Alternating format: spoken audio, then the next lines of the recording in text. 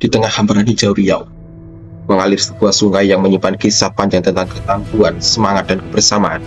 Sungai itu bernama Kuantan, dan dari sana lahir sebuah tradisi hebat yang dikenal sebagai Pacu Jalur. Inilah kisah perahu panjang yang bukan hanya melawan arus sungai, tapi juga melawan waktu. Akar tradisi Sungai Panjang. Ratusan tahun lalu sebelum jalan-jalan dibuka dan kendaraan bermotor ada, sungai adalah penghubung utama antar desa di wilayah yang sekarang dikenal sebagai Kabupaten Kuantan Singingi. Jalur perahu panjang dari batang pohon bulat adalah nyawa masyarakat. Bukan sekedar alat angkut, tapi juga penyambung hidup. Mengalir sebuah sungai yang menyimpan kisah panjang tentang ketangguhan, semangat, dan kebersamaan. Jalur ini mengangkut hasil kebun seperti pisang dan tebu, kadang membawa hingga 60 orang. Setiap perahu memiliki cerita dan setiap kayuhan punya tujuan. Dari transportasi menjadi simbol, seiring waktu, jalur tidak lagi hanya alat angkut. Ia menjadi lambang kebesaran dan harga diri bangsawan, dan Datuk membuat jalur khusus dengan ukiran kepala hewan buas, ular, buaya, bahkan harimau. Hiasan seperti payung, kain panjang, dan gulang-gulang menambah kemegahan. Bagi masyarakat, memiliki jalur seperti dimiliki kerajaan kecil di atas air.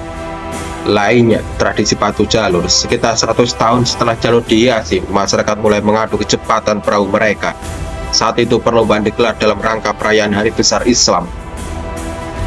Namun, Pacu Jalur bukan sekedar lomba, melainkan simbol kerukunan dan kerjasama. Pacu Jalur lahir bukan karena kompetisi, tapi karena rasa ingin saling menyemangati. Dan dari sinilah tradisi besar mulai berjalan. Dari ritual desa ke panggung nasional. Setelah Indonesia merdeka, Pacu Jalur menemukan rumah baru. Setiap Agustus, Sungai Kuantan menjadi arena pacuan yang ditonton ribuan pasang mata. Kota kecil mendadak ramai, jalanan macet oleh rindu pantau yang pulang kampung. Dalam satu lomba bisa ada lebih dari 100 jalur, masing-masing dikayu oleh 45 hingga 60 pendayung. Dentuman meriam, sorak penonton, dan semangat tim menyatu dalam satu gelombang budaya yang menggugah hati. Pacu Jalur di masa penjajahan dan kini di era kolonial Belanda, Pacu Jalur tetap ada meski dalam nuansa berbeda. Digelar untuk menyambut ulang tahun Ratu Belanda, Wilhelmina. Lomba ini berlangsung 2 hingga 3 hari. Namun maknanya tetap sama, rakyat tidak bisa dikalahkan. Kini Pacu Jalur menjadi agenda setiap pariwisata, bukan hanya ajang lomba, tapi juga bukti bahwa budaya lokal bisa bersaing di panggung nasional dan internasional. Lebih dari lomba, ini soal jiwa. Pacu Jalur bukan hanya soal siapa yang tercepat, ini tentang warisan, tentang keluarga, tentang bagaimana sebuah desa bisa menjadi satu di atas jalur panjang kayu. Ini tentang kita semua yang tak ingin sejarah hanya jadi cerita, tapi hidup dalam setiap kayuhan. Dari Sungai Kuantan, kami belajar bahwa budaya tak akan pernah mati selama masih ada yang mau mendayung bersama. Kalau kamu suka kisah budaya seperti ini, jangan lupa like, subscribe, dan nyalakan lonceng notifikasi.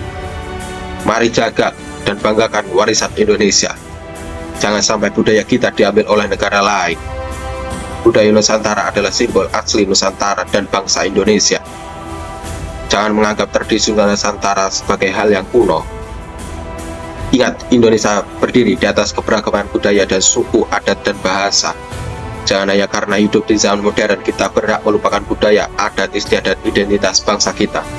Mari semangat mempertahankan keutuhan bangsa kita. Tulis di kolom komentar pendapatmu. Saksikan terus cerita kita hanya di Animasi Education ID.